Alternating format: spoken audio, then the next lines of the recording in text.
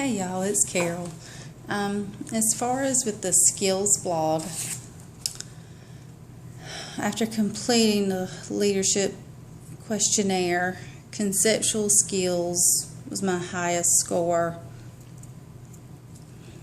and then interpersonal being a very close second.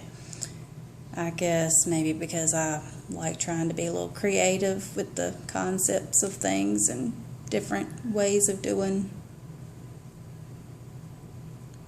not the same tedious task, but let's liven things up a bit. I guess that kind of goes hand in hand with the interpersonal life skills, everyday communication, interaction with people and groups. Not that I really care for speaking in large groups, but I can talk with a bunch of people all the time. Administrative, not my strong point, which that kind of brings around to one of the next points is how I would consider myself to function as a manager. I hope I'd be able to keep things together, and I would have really, really OCD help. I'm that way myself with some things, but other things not so much, and that would probably be a big weakness with the organization. As far as model of care, team model nursing is what I'm pretty much used to. I work intermediate, so it's a group of 4 patients, and the care partner has your 4 and then 4 around the hall from you, so they have 8 between 2 nurses, and we all just pull together and make sure we get things done. If you see where your pod buddy is getting behind you, trying to jump in and pull them out if you can, and do what you can to get everybody out and home on time. Let's see, in chapter 7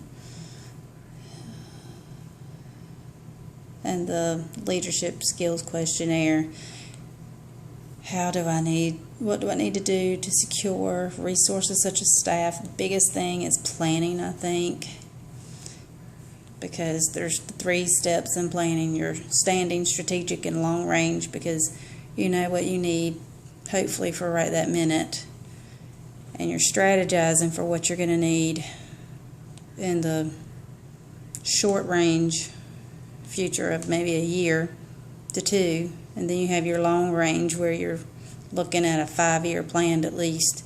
And then, of course, organizing, like I said, which is probably one of my big things, and planning. We can plan. I've learned things don't always go as what you plan, but you just got to try and roll with the punches. As far as the leadership and the information that I pulled together from my article, it had a great point where it states interprofessional is distinct from other related terms such as multidisciplinary and interdisciplinary, but these differences are, an interprofessional approach requires collaboration, coordination, and cooperation.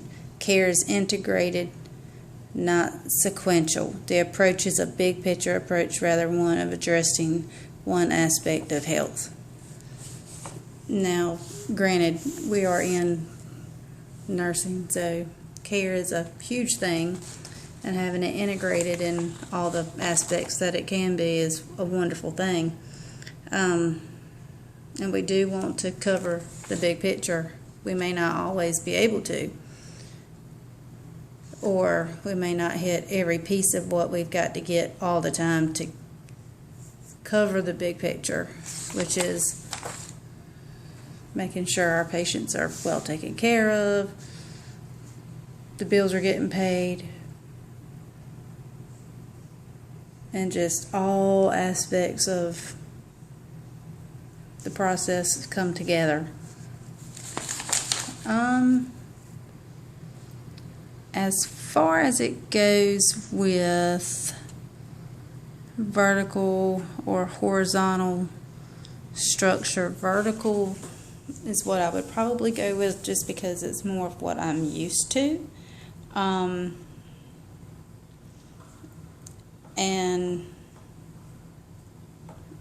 to me, it just seems more balanced out and easier to approach when you see a horizontal.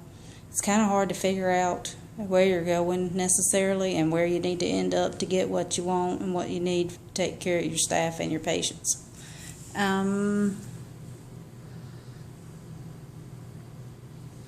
The different levels and departments that we need to work with, man, you pretty much work with everybody. You have to work with, of course, your staff, other managers, because when you're short-staffed, you've got to know who's going to be able to get availability and help for you. Then you have your department heads that over you. You have your people who help with stock room and over that. And normally care partners are going to be under a different section, slightly, but somewhat different group.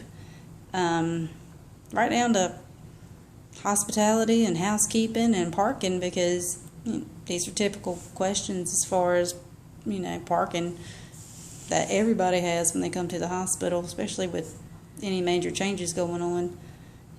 So being able to communicate effectively and efficiently with these folks, and preferably quickly, and get answers back, it's going to be a big thing. Like we've discussed before, communication's a key factor in most every level of healthcare and many other positions that you do. All right, guys. Have a great week. Thanks.